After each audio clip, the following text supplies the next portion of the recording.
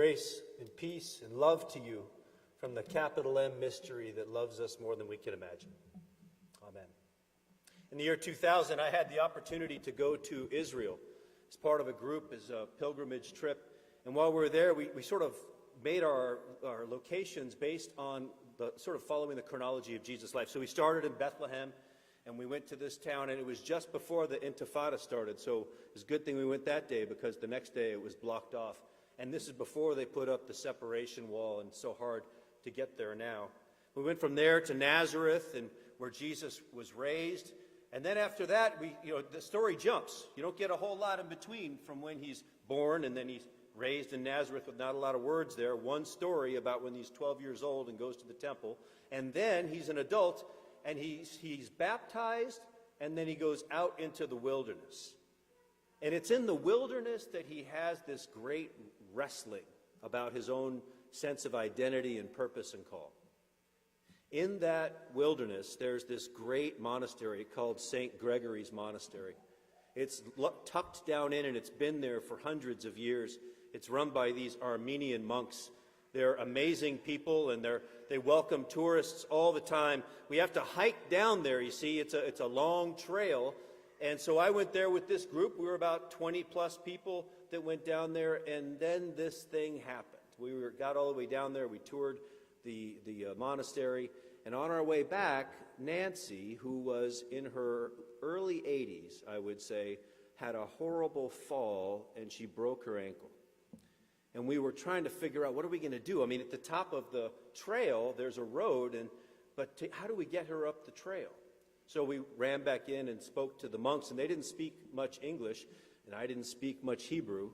So we basically tried to explain, and he nodded his head, and then he left. And I was like, I don't know, what does that mean? What does that mean? You're going to pray for me? I mean, I could use actually something more. So he comes back out, and he's got his friends who, they pull out this cart. They pull out this little tractor cart. Apparently this had happened before. And we loaded Nancy into it, and we sat there, and two of the monks sat next to her and prayed for her and held her leg. It's steady. And they had called ahead to the ambulance, so they would be waiting for us at the top. And then they drove us up to the top, and they loaded her into the ambulance, and the story ends very well. She did have a fracture, but she was able to splint it, and she was fine, and she continued on with us a few days later. But this was the part of the story that got me. You see, at the end of it, I know that they subsist on donations, so I thought, you've done such a great, loving service I want to give you some money. So I grabbed a couple other people, and I said, let's come up with some money. And we came up with some money, and I tried to force a whole bunch of shekels into this guy's hand, and he wouldn't take it. He just kept saying, no. I said, well, I know you guys need this, and you've been so generous. And he said really the only phrase in English that I heard him say. He said this: she is my mother.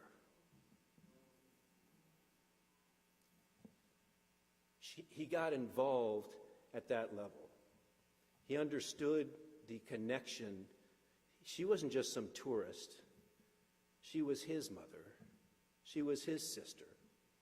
She was related to him. And so he had an obligation to take care. We live in a different age, right? Do what you can to keep to yourself. And when people are in trouble, we try and, whose fault is it?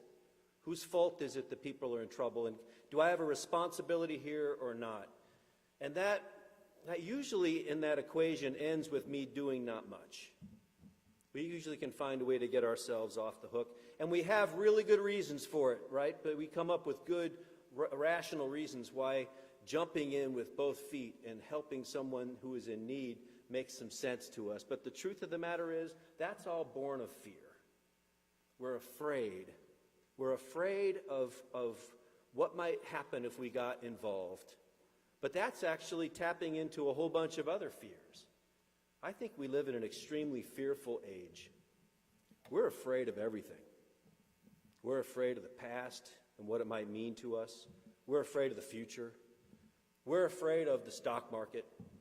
We're afraid of foreigners. We're afraid of our neighbors. Oftentimes we don't even know them. We're afraid of getting old. We're afraid of our health deteriorating. We're afraid of really loving, because if you really love, you're really vulnerable. We're afraid, and Bible says perfect love casts out fear. Not hate, but fear. So we come together on this night, at the time of the darkest time of the year, at the solstice, and we begin to light candles to begin to testify to light.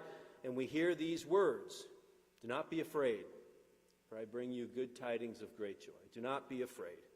Stop being afraid, said the angels to these lowly shepherds. By the way, you have to screw up your life really bad to become a shepherd. That's not something that people wanted to be in the ancient world. It was like when you have been downwardly mobile through a whole bunch of bad choices, then you end up as a shepherd, right? So no one has cards saying Shepherd Dave. That wasn't the thing, right? So these shepherds, these lowly people, they get to hear this incredible good news about God getting involved. And the message is, don't be afraid. In fact, it's in the imperative form. It says, just stop. Stop being afraid. Just stop, right? Well, easy for angels to say, right? I mean, there's this otherworldly quality to it. How can I stop being afraid? How can I imagine a world in which I could let go of my fear? And that's why this story is so powerful to me. It's because here we have God, and we often picture God like Zeus, detached and far off. And yet, in this story, God pushes all God's chips into the middle of the table. In fact, God becomes human. God looks at a 14, 15-year-old unwed woman who is in a poor part of the world, who is really of no account to anyone, never going to be who's who of anything. He looks at her and he says, "She is my mother." That one. That 14-year-old, 15-year-old Mary. That one's my mother. That's the one that I want to learn from. I want to learn how to be a human from her, because she's got power. And then the angels tell these shepherds what's going to be the sign. They say this will be the sign. You'll find an infant wrapped in swaddling clothes and lying in a manger. We've heard that story so many times, it just glows right past us. This is a manger. It's a feeding trough, right? If you have an option with your infant, you don't put them in a feeding trough. You put them into something that someone gave you at a baby shower, right? A hand-me-down crib, maybe a bassinet, something with a gender appropriate or not appropriate, depending on who you are, banting around it. But the bottom line is, you don't lay them where animals eat. Why is she doing that? Because that's the best she had. Think about it this way. This is the sign of God's presence. When people are doing the best they can. When people who are facing whatever they're facing, poverty, bigotry, intolerance, when they're running as refugees, when they've been ostracized as gay and lesbian people from the church structures, when they feel as though they don't matter anymore in the world, and they're doing the best that they can, that's the sign that God is present, right there. When people are trying to deal with their addictions, when folks are trying to handle all the family pressure of this holiday, and you're doing the best you can, God is present, right there, right there. There's a baby in the manger. There's a divine presence in your actions of trying to love the best you can, to give the best you can. This is a Syrian refugee family at the border at Kobani, and as they're trying to cross and they're being helped to do so, what I want you to just take a moment and think about is, look at this. This is a family that is doing the best they can. Given all the options that they have in the world, they're just doing the best that they can. Can you look at them and then say these words with me? She is my mother. He is my brother. They are my family. That's what this means. The Word became flesh. It means God's dream, God's love was so powerful that it couldn't stay absent from us. And not just from us, it didn't show up in some tower or palace. It shows up in a feeding trough and says, this is me with you in the darkness, wherever your darkness is. Good news of great joy. God became one of us, and divinity is part of our humanity. Like it or not, believe it or not, there's a part of all of us that has been made whole and holy by God's just sheer love. So we're all in this together. We all have to figure out how to love one another, and so that's what we do when we gather in just a moment and we light candles. I hope that you see your candle and you think about it as this is the divine in me.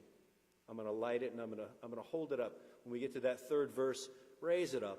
Raise it up and show the world that that light exists in you. And then also look around and see all the other lights. See the lights next to you. See the lights across from you. And imagine that you can see those lights across the border to our south. Imagine that you can see them in other parts of the world where they're told that they're not welcome anymore. Imagine you can see it in a cancer ward, or you can see it in places where people are alone tonight and they have nowhere to go. Imagine that divine spark connects to all of us, because, brothers and sisters, it does.